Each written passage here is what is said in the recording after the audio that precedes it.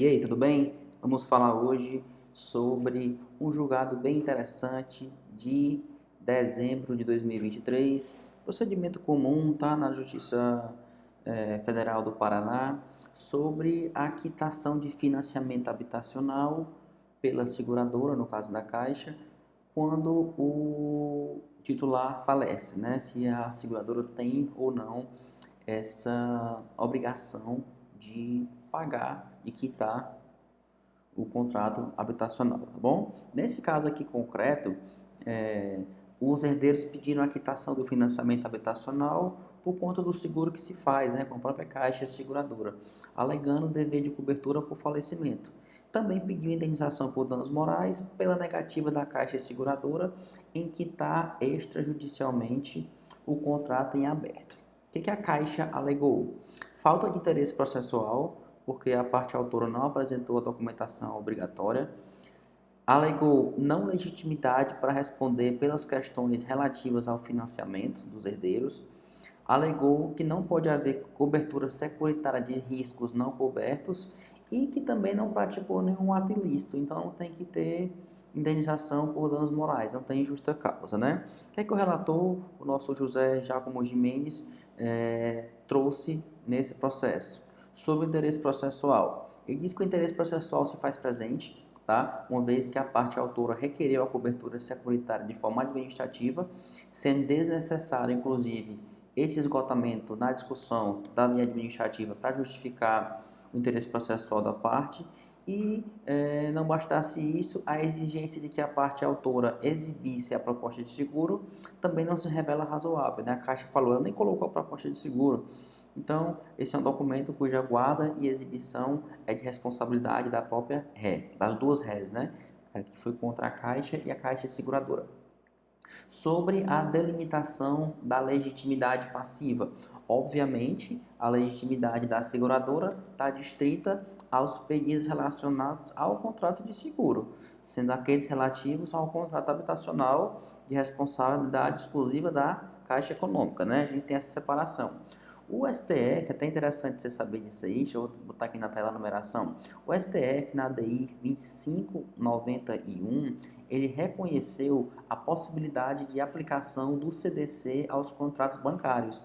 E esse entendimento, claro, também se aplica aos contratos de financiamento habitacional e, por consequência, no programa Minha Casa Minha Vida, como era esse o caso, ADI 2591, tá? Então, reconhecida a aplicabilidade do CDC, a natureza invariavelmente adesiva dos contratos permite, no caso em dúvida, né, uma interpretação favorável à parte mais fraca, mas não retira, claro, o caráter de contrato, nem afasta o fato de que a parte autora não era obrigada a contratar.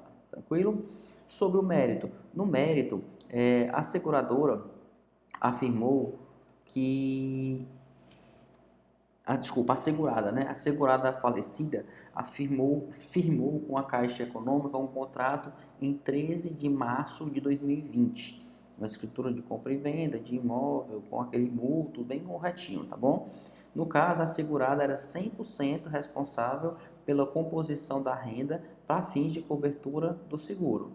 E ela faleceu em 15 de setembro de 2022. Ela faleceu aí 5, 6 meses depois, né? Em decorrência de um câncer de mama. Esse contrato de financiamento imobiliário tem nele o seguro em razão do óbito do mutuário, né, da pessoa, cuja cobertura é regulada pelas condições gerais da própria pólice de seguro. Só que a Caixa Seguradora alegou que a parte autora não tem direito a essa cobertura do seguro porque a doença causadora do óbito é pré-existente à assinatura do contrato.